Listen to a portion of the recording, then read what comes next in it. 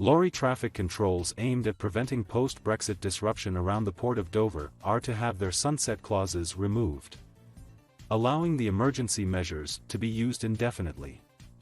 But Shadow Transport Secretary, Labour's Jim McMahon has branded the decision an admission of failure which showed disregard for the people of Kent. The announcement means that the implementation of a traffic reconfiguration to the M20 will be able to continue past its current October 31st deadline once changes have been made to the law after MPs return from their summer break. The Department for Transport, DFT, said the alteration, which comes after a consultation, would allow Operation Brock to be used to respond to any type of traffic disruption in the area and not only that related to Britain's exit from the European Union. Traffic management measures were introduced in Kent amid fears that the UK's withdrawal from the EU could lead to disruption for cross-channel trade. Kent access permits, where lorry drivers had to secure a permit before entering the county, and Operation Brock were part of the domestic mitigations rolled out. A movable barrier, which the DFT announced in April would be dismantled and stored on the hard shoulder in case required in future, was installed between junctions 8 and 9 on the motorway for the operation's contraflow system. Legislation for Operation Brock legislation was first put in place in 2019 in preparation for a potential no-deal divorce from Brussels. Updated in 2020 before the end of the transition period, and again in 2021. In response to the French border being closed due to fears over the UK-originated alpha coronavirus variant, known formerly as the Kent mutation, ministers undertook a consultation in May and June to seek views on proposals to bring Operation Brock within a sustainable long-term traffic management plan, which would involve removing the existing sunset clauses that would otherwise have meant the legislation would have expired by November. The consultation terms said that making the change would mean Operation Brock could continue to be used in the future as a contingency traffic management measure for disruption, a move the department said had elicited a positive response. As a result, statutory instruments, legal alterations that do not require new laws to be introduced, stripping the law of its sunset clauses, will be laid before Parliament next month and will be debated in both the Commons and the Lords, officials said. A Department for Transport spokesman said, Operation Brock measures will remain temporary and will only be used when there is a significant risk of delays. While Operation Brock was originally created to deal with disruption caused by EU exit and in response to the COVID-19 pandemic, removing the sunset clauses from Operation Brock will mean the Kent Resilience Forum is better prepared to respond to any type of traffic disruption in the area, not solely related to EU exit, including strikes and severe weather. Mr. McMahon, MP for Oldham West and Royton, who is himself the son of a lorry driver, said, by removing the sunset clauses on Operation Brock, it's an admission that they've failed to plan for the outcome of their Brexit negotiations, and failed to work with local people over the past 18 months to put in place a better scheme. Operation Brock has proven unpopular locally, and slipping out an announcement in the hope that no one notices shows a total disregard for the concerns of local people in Kent.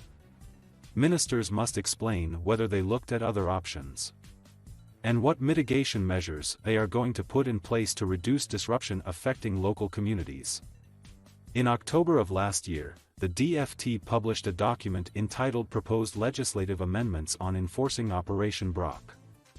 In his foreword to the report, Transport Secretary Grant Shapps said, our underlying objective in all this work will be to enable trade in goods to continue to flow smoothly between the UK and the EU.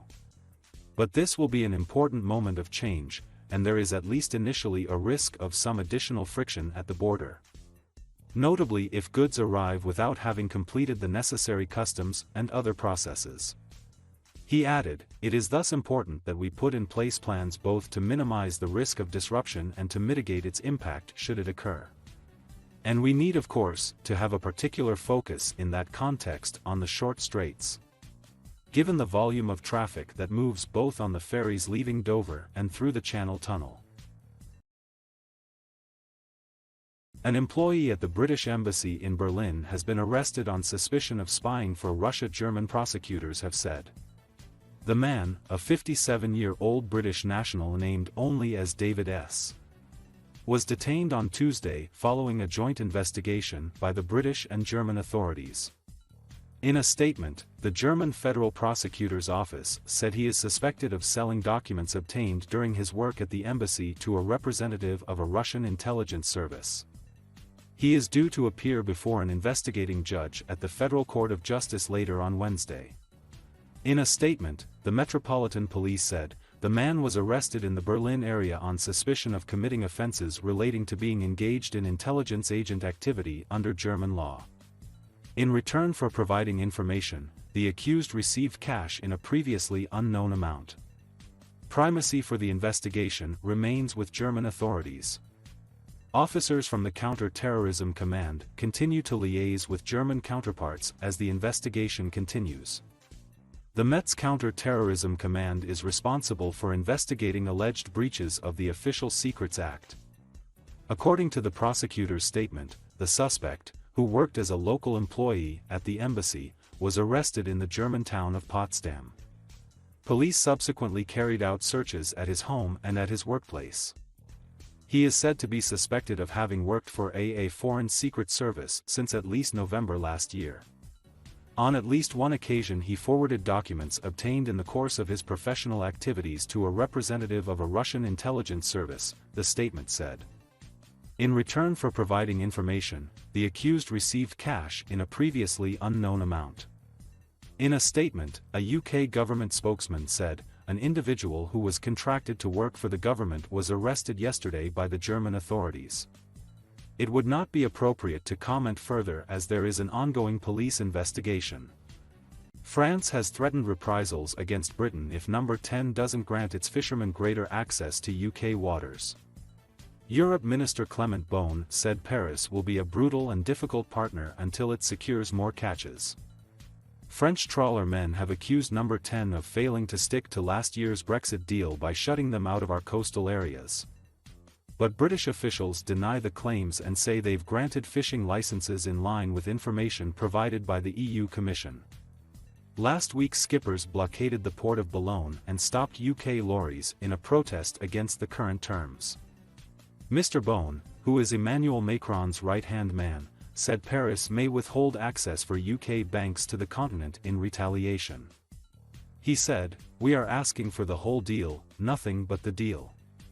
And for as long as it has not been implemented we will carry out reprisals in other sectors if it is necessary." The UK is expecting quite a few authorizations from us for financial services. We won't give any for as long as we don't have guarantees on fishing and other issues. It's give. Everyone needs to respect their commitments, if not we will be as brutal and difficult as is necessary as a partner. His remarks came as Euro MPs met in Brussels today to give their final seal of approval to the trade deal. The EU Parliament had threatened not to ratify the accord as it demanded a greater say in how disputes between the two sides are policed. But the main political groupings have now backed giving the pact the green light, meaning it will permanently come into force. EU boss Ursula von der Leyen said she hoped the vote wouldn't prove to be the high water mark of cross-channel relations. And she warned Number 10 the agreement gives Brussels sweeping sanctions powers if it breaches any of the terms, including tariffs on UK goods. She said, the agreement comes with real teeth, with a binding dispute settlement mechanism and the possibility for unilateral remedial measures where necessary. Let me be clear, we do not want to have to use these tools. But we will not hesitate to use them if necessary. They are essential to ensure full compliance. Both sides have already become embroiled in a number of angry rows in the first 4 months of the new relationship. The two have fallen out over how extensive checks on goods traveling between Great Britain and Northern Ireland should be. Last month Eurocrats started suing Number 10 after it unilaterally waived some controls to stop supermarket shelves running bare. But tensions have since cooled with talks are about a permanent solution said to be making good progress. Tensions have also boiled over about vaccine supplies, with the EU temporarily threatening a jabs embargo on Britain. And the treatment of expats by some European countries like Spain has riled Downing Street.